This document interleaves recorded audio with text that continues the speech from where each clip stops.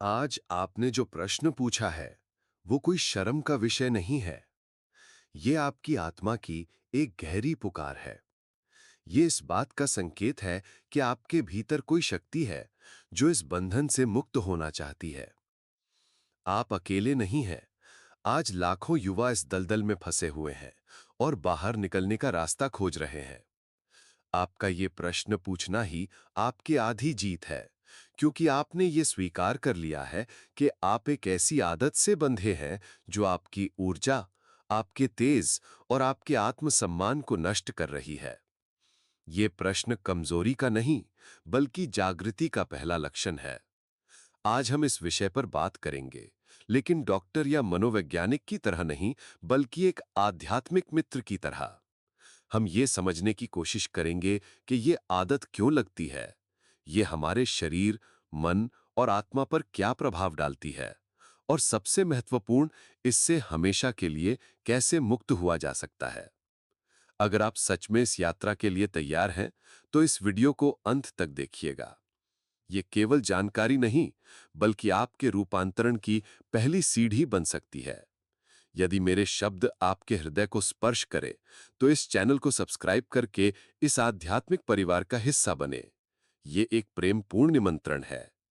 भाग एक, ये केवल एक आदत नहीं, ऊर्जा का रिसाव है। सबसे पहले हमें यह समझना होगा कि हस्त मैथुन केवल एक शारीरिक क्रिया नहीं है। ये आपकी जीवन ऊर्जा का, आपकी प्राण शक्ति का सबसे बड़ा रिसाव है। हमारे शास्त्रों में जिसे वीर्य कहा गया है, वो केवल एक शारीरिक द्रव्य नहीं है। वो ओज है, तेज है।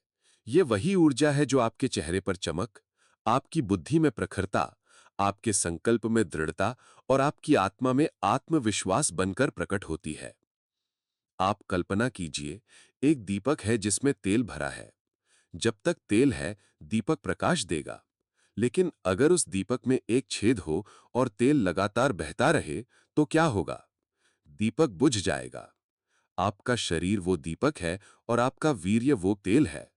जब आप दिन में 4-5 बार इस अमूल्य ऊर्जा को नष्ट करते हैं, तो आप अपने जीवन के दीपक को स्वयं बुझा रहे होते हैं। आयुर्वेद का एक गहरा सिद्धांत है, जिसे हमारे पूर्वजों ने बताया था कि लगभग 40 किलो अन्न का सार जब शरीर में पचता है, तब कुछ बूंदें वीर्य की बनती है। ये कोई शाब्दिक गणना नहीं है।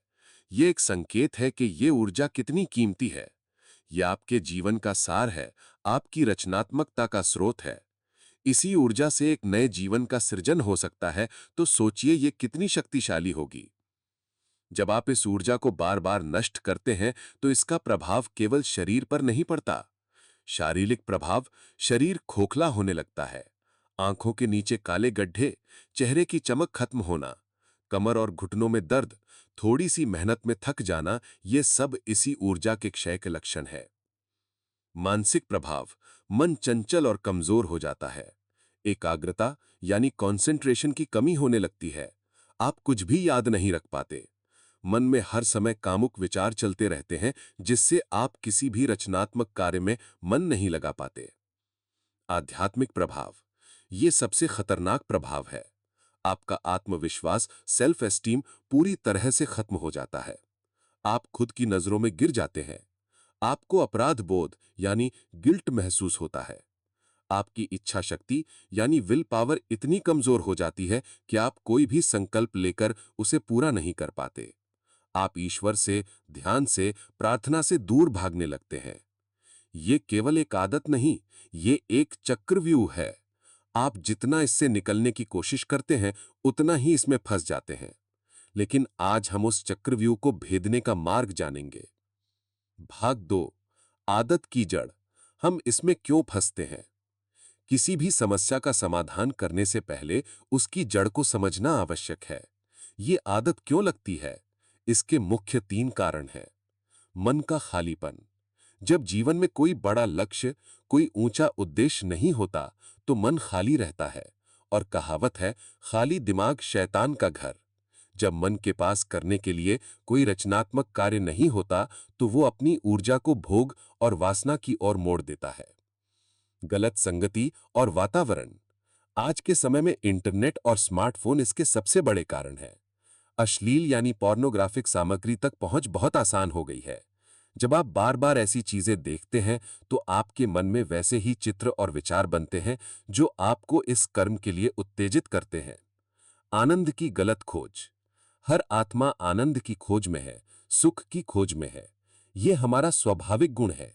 लेकिन जब हम उस सच्चे आत्मिक आनंद को नहीं जानते तो हम शरीर के क्षणिक सुखों में ही आनंद खोजने लगते हैं। हस्त मैथुन से मिलने वाला सुख क्षणिक होता है और उसके बाद अपराध बोध और दुख का एक लंबा दौर शुरू हो जाता है। ये उस रेगिस्तान की मृग तृष्णा की तरह है जहां पानी दिखता है पर होता नहीं। जब आप इन जड़ों पर काम नहीं करेंगे, आप कितनी भी कस्में खा ले, आप इस आदत को छोड़ नहीं पाएंगे। तो समाधान क्या है? समाधान दमन नहीं, बल्कि रूपांतरण है। ऊर्जा को नष्ट नहीं करना है, ऊर्जा को एक नई दिशा देनी है। भाग 3, रूपांतरण का मार्ग, पंचसूत्रीय साधना। अब हम उस मार्ग पर चलेंगे जो आपको इस अंधकार से निकालकर प्रकाश की ओर ले जाएगा। ये एक दिन का काम नहीं है, ये एक साधना है। इसके लिए धैर्य और निरंतरता की आवश्यकता होगी। पहला सूत्र, दृढ़ संकल्प, द पावर ऑफ अ वाव। सबसे पहला और सबसे महत्वपूर्ण कदम है एक दृढ़ संकल्प। कोई साधारण कसम नहीं, बल्कि अपने इष्ट देव, अपने गुरु या अपनी आत्मा को साक्षी मानकर लिया गया एक संकल्प। आज ही, अभी एक शांत स्थान पर बैठें और अपनी अंतरात्मा से कहें, हे प्रभु, मैं आज से अपनी इस अमूल्य जीवन ऊर्जा को नष्ट न करने का संकल्प लेता हूं। मैं इस आदत का गुलाम नहीं, बल्कि अपने जीवन का स्वामी बनूंगा। इस यात्रा में मुझे शक्ति दो। ये संकल्प आपके अवचेतन मन में एक बीज की तरह काम करेगा। जब भी आपका मन कमजोर पड़ेगा, ये संकल्प आपको याद दिलाएगा। दूसरा सूत्र, ऊर्जा का स्थानांतरण, ट्रांसम्यूटेशन ऑफ एनर्जी। यह सबसे महत्वपूर्ण वैज्ञानिक और आध्यात्मिक प्रक्रिया है। ऊर्जा को कभी नष्ट नहीं किया जा सकता, उसे केवल रूपांतरित किया जा सकता है। आपकी काम ऊर्जा यानी सेक्सुअल एनर्जी कोई बुरी चीज नहीं है। यह दुनिया की सबसे शक्तिशाली रचनात्मक ऊर्जा है। सवाल यह है कि आप इसे कहां उपयोग करते हैं। नीचे की ओर बहाकर नष्ट करते हैं या ऊपर की ओर उठाकर निर्माण करते हैं। इसे ऊपर कैसे उठाएं? शारीरिक व्यायाम। जब भी मन में कामुक विचार आए या शरीर में अतिरिक्त ऊर्जा महसूस हो, तुरंत उठें और कठोर शारीरिक व्यायाम करें। दौड़ लगाएं, दंड बैठक करें, सूर्य नमस्कार करें। शरीर को इतना थका दें कि सारी ऊर्जा पसीने के रूप में बाहर निकल जाए और मांसपेशियों में चली जाए। व्यायाम करने से ये ऊर्जा शरीर के निचले केंद्रों से ऊपर की ओर उठकर आपको बल और स्वास्थ्य प्रदान करेगी। रचनात्मक कार्य। अपनी ऊर्जा को किसी रचनात्मक कार्य में लगाएं। संगीत सीखें, चित्रकला करें, कोई नई भाषा सीखें, कुछ लिखें। जब आप कुछ नया सृजन करते हैं तो आपकी वही काम ऊर्जा एक नए रूप में प्रकट होती है। सेवा कार्य। निस्वार्थ भाव से दूसरों की सेवा करें। किसी गरीब की मदद करें, किसी सामाजिक कार्य में भाग लें।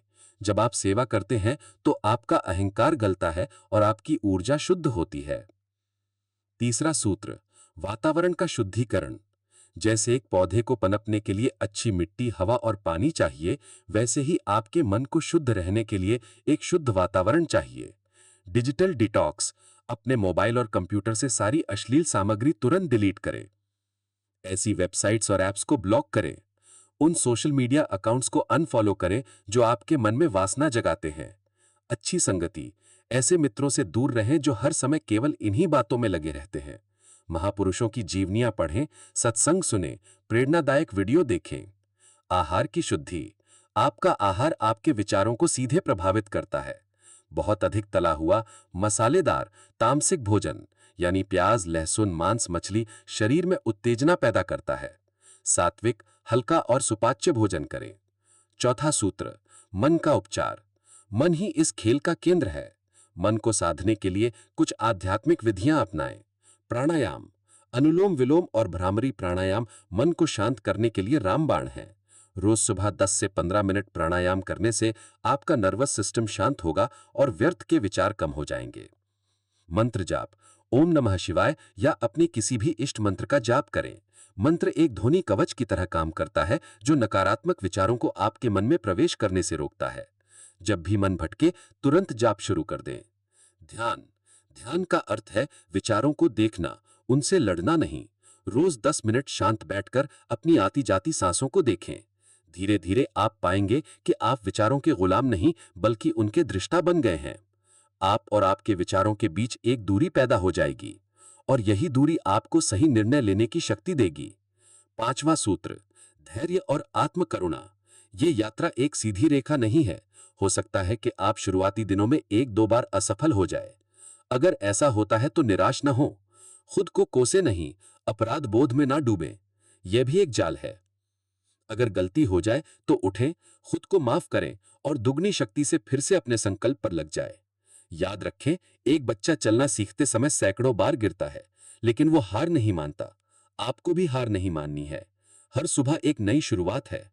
भाग 4। जब आप सफल होंगे तो क्या होगा? जब आप इस साधना पथ पर चलेंगे और अपनी ऊर्जा का संरक्षण करना सीख जाएंगे, तो आपके जीवन में चमत्कारी परिवर्तन होंगे। आपका चेहरा तेज और चमक से भर जाएगा, आपकी बुद्धि तीव्र और आपकी स्मरण शक्ति अद्भुत हो जाएगी। आपके अंदर अटूट आत्मविश्वास और निर्भयता का संचार होगा। आप हर कार्य को पूरी एकाग्रता और ऊर्जा के साथ कर पाएंगे। आपके मन में शांति और आनंद का अनुभव होगा जो किसी बाहरी वस्तु पर निर्भर नहीं होगा। आपकी आत्मा बलवान होगी और आप जीवन की किसी भी चुनौती का सामना करने में सक्षम होंगे। ये केवल हस्तमैथुन छोड़ने की प्रक्रिया नहीं है। ये एक साधारण मनुष्य से एक महामनुष्य बनने की यात्रा है। ये अपनी बिखरी हुई शक्तियों को इकट्ठा करके अपने भीतर के स्वामी को जगाने की यात्रा है। निष्कर्ष और अंतिम संदेश। मेरे प्रिय मित्र, मैंने आपको मार्ग दिखा दिया है, पर चलना आपको ही होगा। कोई दवा, कोई डॉक्टर आपको इस बंधन से मुक्त नहीं कर सकता। आपकी मुक्ति आपके ही भीतर है। आपकी इच्छा शक्ति ही आपकी सबसे बड़ी औषधि है। ये मत सोचो कि तुम कमजोर हो। तुम्हारे भीतर अनंत शक्ति का सागर छिपा है। बस उस पर जमे हुए अज्ञान और गलत आदतों के बर्फ को पिघलाना है। ये साधना उस बर्फ को पिघलाने वाली सूर्य की किरण है।